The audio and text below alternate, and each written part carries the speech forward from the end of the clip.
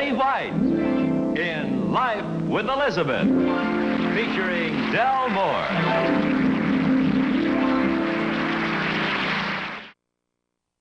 Number one in the life of Elizabeth occurred when she and Alvin were newlyweds. And Elizabeth, as a newlywed, you have to see to believe.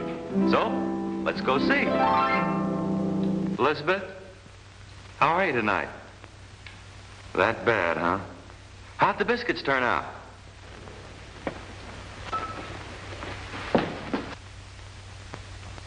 Elizabeth, you shouldn't take them out of the oven. They might fall.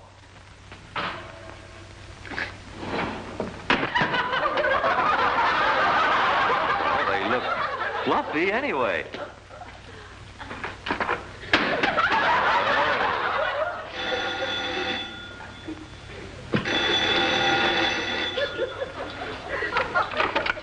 Hello? Oh, Mama. Mama, why didn't you teach me to cook? I made some biscuits just now, and they look like the ruins of the Acropolis. I wanted to make such a beautiful dinner for Alvin on our first anniversary. Well, of course it is. We've been married a whole week. I know, Mama. I know that. I know all that, Mama, but that doesn't help me now. Well, why didn't you tell me it? Howdy, Elizabeth. Who are you? Well, now, I know who you are, Mom. What are you doing in my house? Well, the door's open, Elizabeth. Not in the mountains where I come from. If the door's open, you just walk right in. How do you know my name? Well, now, I know you know my name. What did you say? My name's Moosey Moosefield. I'm an old friend of Alvin's. Mama, an old friend of Alvin's just walked in. Well, I guess the door was open. I know, Mama. They call me Moosey because I'm as big as a moose. Naturally, that makes you as big as a moose. Oh, no. No, Mama. Mama. Mama. She hung up. Well, it ain't polite to call your mama a moose.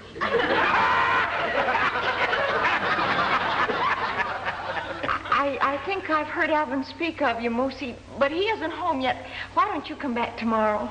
Mamas are very sensitive about being called moosies.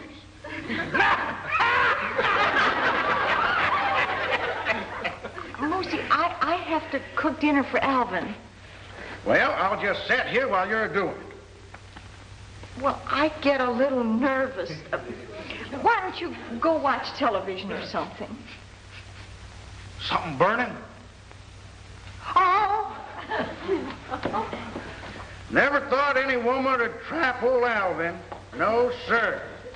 I recollect the time him and old Joe Cronkite and me, we was talking about getting hitched, and we said... Mama, is tapioca supposed to explode? Well, it did explode. The kitchen looks like it's full of popcorn.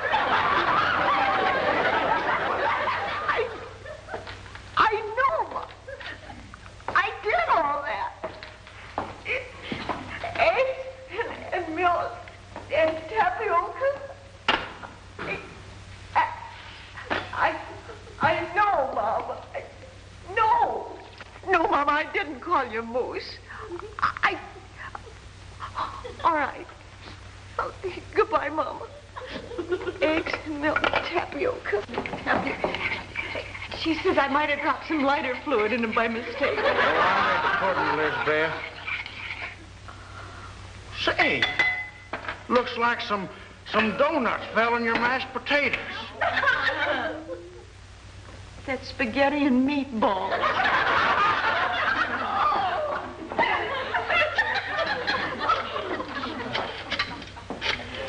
Why, it looks like mighty lively meat, Elizabeth.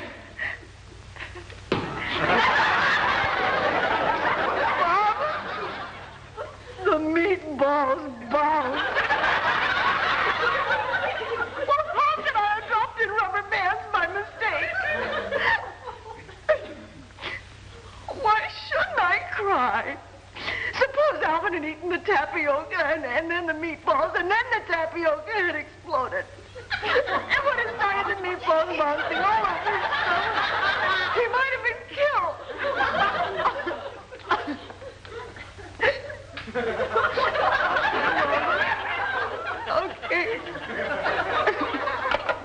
Now, Elizabeth, you oughtn't to carry on that away. I'm just no good, Moosey. I wanted to have such a nice dinner for Alvin on our first anniversary. And the only things that turned out right were the candles. Oh, no, I wouldn't say that. Well, why, this Italian pizza, it looks real good. Italian pizza? Uh-huh. That's angel food.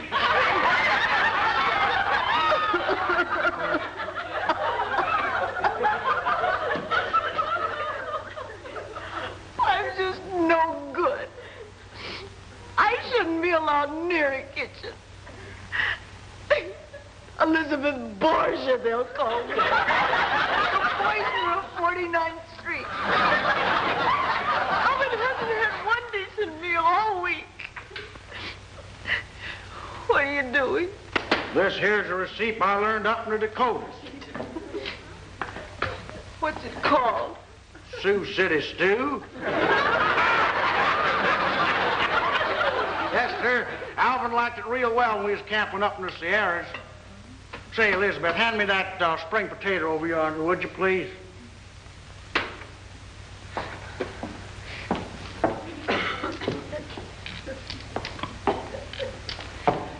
Is this a spring potato? Why, sure.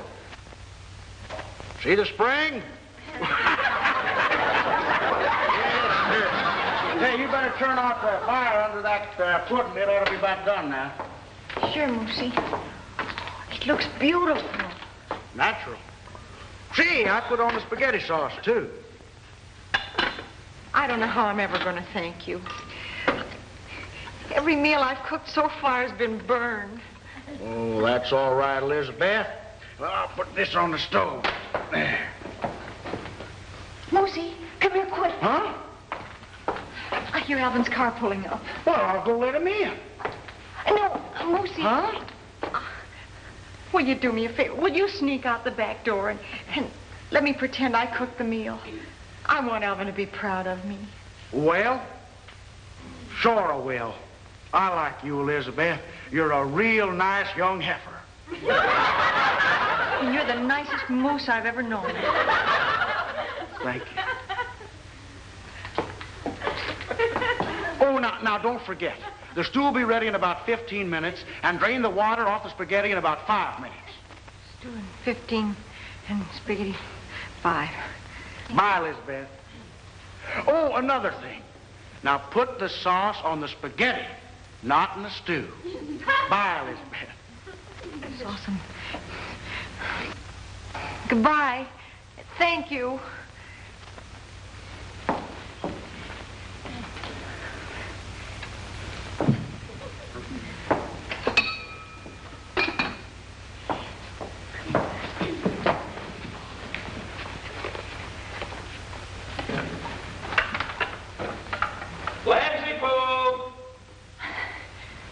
Hi, darling.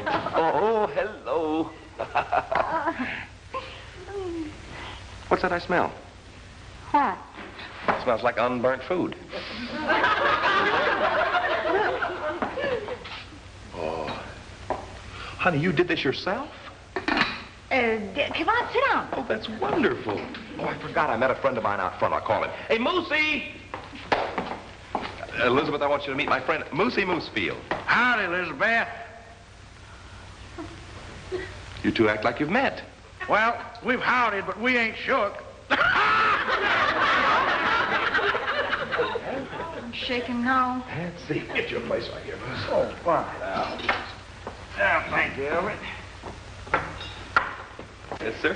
You haven't tried Elizabeth's cooking, have you? Oh, no, I haven't. Sierra's never like this. No? Oh, brother.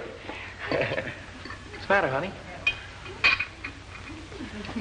Alvin, I have a confession. Did I ever tell you about a young heifer I knew once who talked too much? Big Mouth Annie, we used to call her. That girl never did learn that a happy husband don't have to know everything. I'll have some of this stew, Elizabeth. I shall leave you at this point, Elizabeth. Why? I'm going to go get a bigger spoon. We'll never get to it that way. Oh, Moosey. Elizabeth, aren't you ashamed? Thank you. In just a moment, we'll bring you incident number 2 in Life with Elizabeth. Incident number 2 in the life of Elizabeth occurred because, 1, she'd been reading a magazine again, or 2, she's trying to cover up for something she's done. You never know how Elizabeth's mind is going to work. Careful you don't get a burn. Any minute now, you're going to tell me that you can hear the waves washing up on the shore. I can. I can also hear the wax ironing down by the beach. Once again, I ask you, why did you do all this? Just so you could walk around saying, Dr. Livingston, I presume. Time to get back to work. As my husband slowly sinks through the floor, we leave the little island. Elizabeth, look, I know you. You're covering up some minor atrocity of yours. The car. You had the car today. Which is correct, Alvin? Earthy dirt or dirty earth? That's what you've done. You ruined the car. Why else would you make a jungle out of the front room? Page 17. Elizabeth, come out of the jungle. You haven't had your shots yet. There's an article in this magazine, sweetheart, that tells all about it. I come home from work, and what do? I walk into a paradise, all right, right in the living room. Nothing but leaves. Not leaves, sweetheart, fronds. As a matter of fact... Don't you say it. What you were going to say? I was just going to say these are fronds of mine. Okay. Here's the article, here. It's called, Does Your House Look Like a Home? Don't you like the way they word these things, honey? Not especially, I know. And then it goes on to say, here it is. Why not bring the outdoors indoors? What does that mean? Are you trying to be sarcastic, Alvin? Maybe you can tell me how we can bring the outdoors indoors. Open a window? I still say that stupid statement. Indoors. Well, all they mean is bring a few plants in the house. They don't expect you to put Mount Baldy in the den. Hey, okay. Go on, I'm sorry. Well, of course, these people went kind of overboard, but look at that. Isn't that beautiful, Alvin? See, they didn't even buy a front room rug. Looks like a rug to me. It isn't. It's a swimming pool. Let me see that. I told you they went overboard. They must be kidding. Well, you must admit there's nothing like drowning in the front room. This says the Petersons converted their home into a tropical paradise. It's known as the Tahiti of 193rd Street. There's one on the next page that's called the Honolulu of Hogan's Alley. Everything in the house is tropical.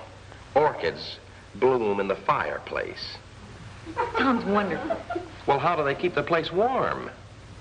Steam from the jungle. There's a waterfall in the hall closet, and tropical insects buzz in the patio. I bet we could buy the place for a sarong.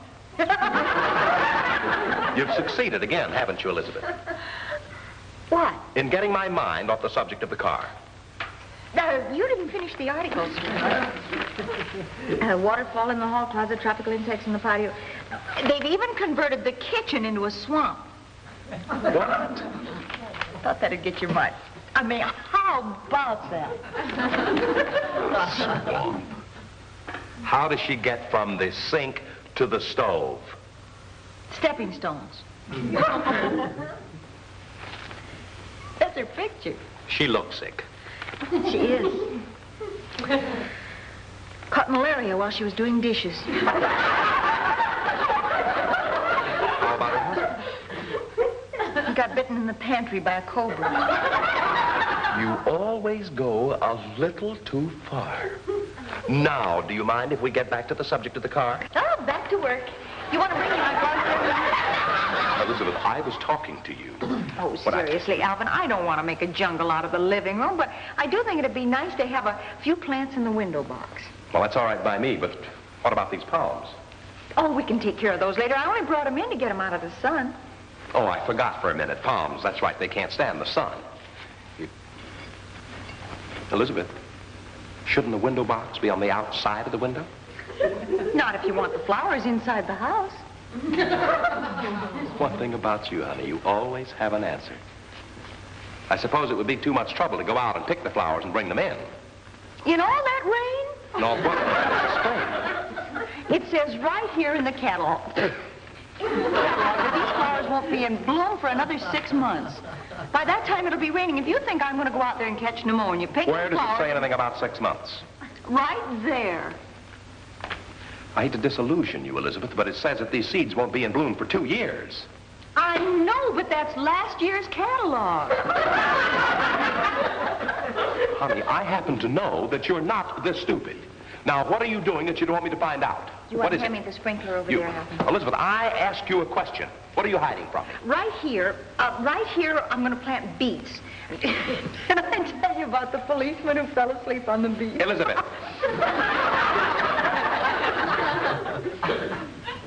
Shouldn't the window box be on the outside of the window rather than inside here? It's safer here. Why? What happened to the one outside? I scraped it off with the car. See, honey, I was backing out, and one of the car doors swung open, and it scraped it off. Never mind about the window box. What happened to the car? No doors. Come here, dear. Repeat after me. I am a dummy. I am a dummy. I have no brains. I have no brains. I am stupid. So am I.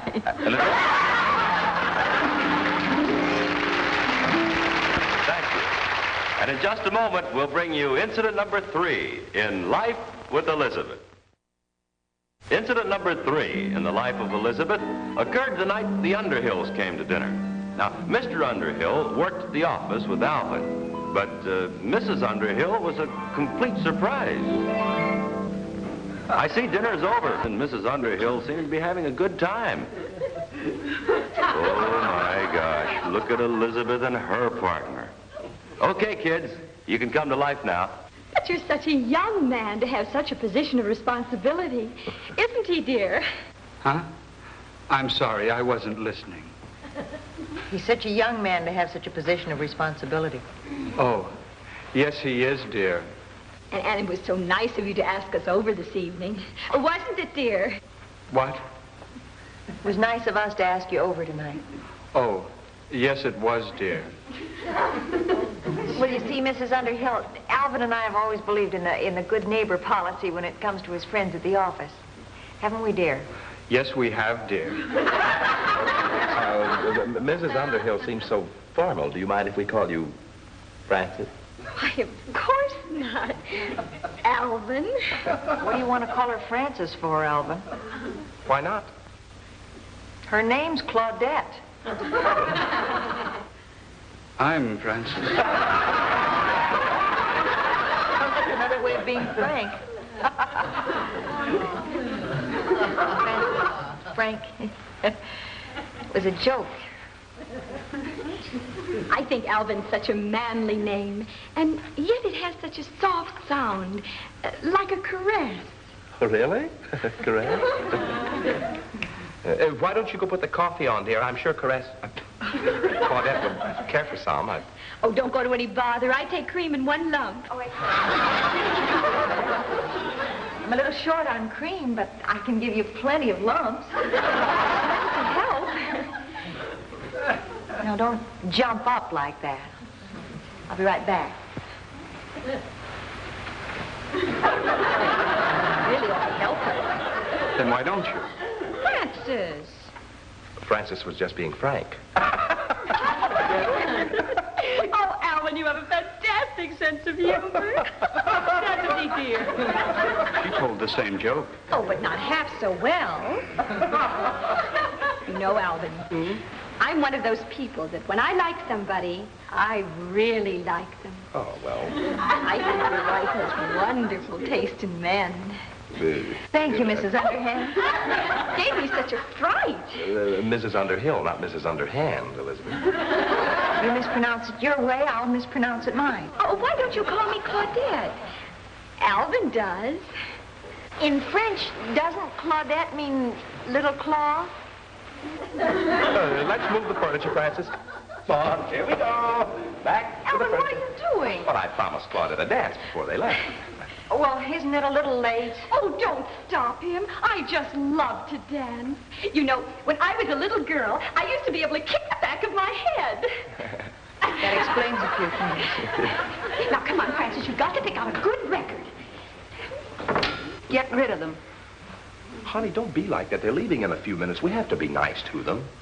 Give me one good reason why. Come on, Alvin. You two can talk to each other any time. Is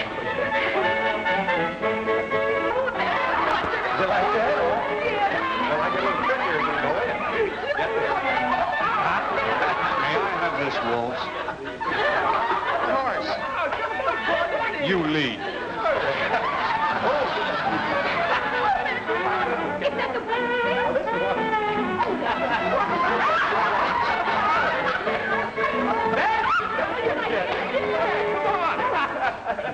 Hey, what's the idea? We just got started good. Francis and I are tired. And it's getting late, Lovebird. I have to be up early in the morning. Dear, and just when the party was getting started. Oh, there'll be other nights. Oh, well. Come on. Thank you, Alvin. It was so much fun. No. Thank you. Good night, Alvin. Good night. Good night. Good night. Same with the door. What's that third step, Claudette? It's tricky. Oops, oops.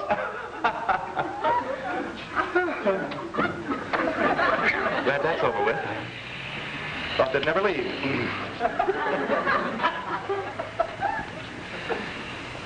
Did you have a good time, Dr. Jekyll? Where do you get the Dr. Jekyll stuff? Tonight I saw an Alvin I didn't know existed. Just having a good time. Tonight the man I married turned into a whimpering, simpering, fawning idiot. I didn't simper. You should have seen yourself just now. Look out for that third step, Claudette. It's tricky. Oops. Oops. What's wrong with that? That does need fixing. Poor Francis could have fallen in a manhole and you wouldn't have said one word. Look, poor Francis wouldn't have enough energy to fall in a manhole. Speaking of energy, where did you get up all that steam to do that ridiculous dance? I've seen you get all worn out from jumping to a conclusion. Is that supposed to be a final remark? Maybe Claudette could do better. Oh, honey, now look, wait a minute. Look, she's not really a bad kid. She's trying to have a little fun. Let's forget the whole thing, okay? Hmm? All right. I'll do it, just for you. That's my girl. Alvin's such a manly name. Oh, cut it out, honey. I'm the kind of a person, when I like somebody, I really like them. Don't call me Elizabeth. Call me Claudette. Alvin. You know something? I think you're jealous because you couldn't do the Charleston the way we did. You know something? I'd be ashamed to do the Charleston the way you did. Now, don't criticize Elizabeth unless you can do better. You take care of the waltzing in the family. I'll do the more intricate stuff. Come in. Oh, Alvin, I forgot my purse. Well, Claudette, good I have no idea where I left it. Oh, really? Crap, come here, Francis. Play the tracks.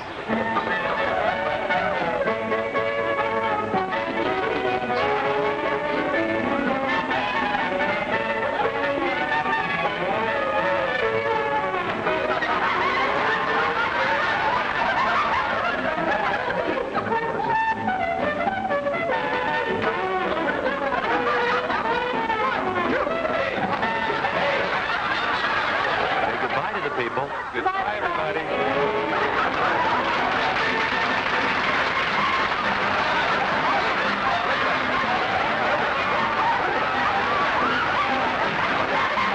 Thank you. And in just a moment, Betty White will return to say goodbye. And now here to say goodbye to you is the lovely star of our show, Betty White. Thank you, Jack. Thank you, everybody. Thank you. I wish you could have stayed around for just a few minutes more in that last sketch. Claudette finally got quite a kick out of Elizabeth. Once more till we see you again. Goodbye, everybody.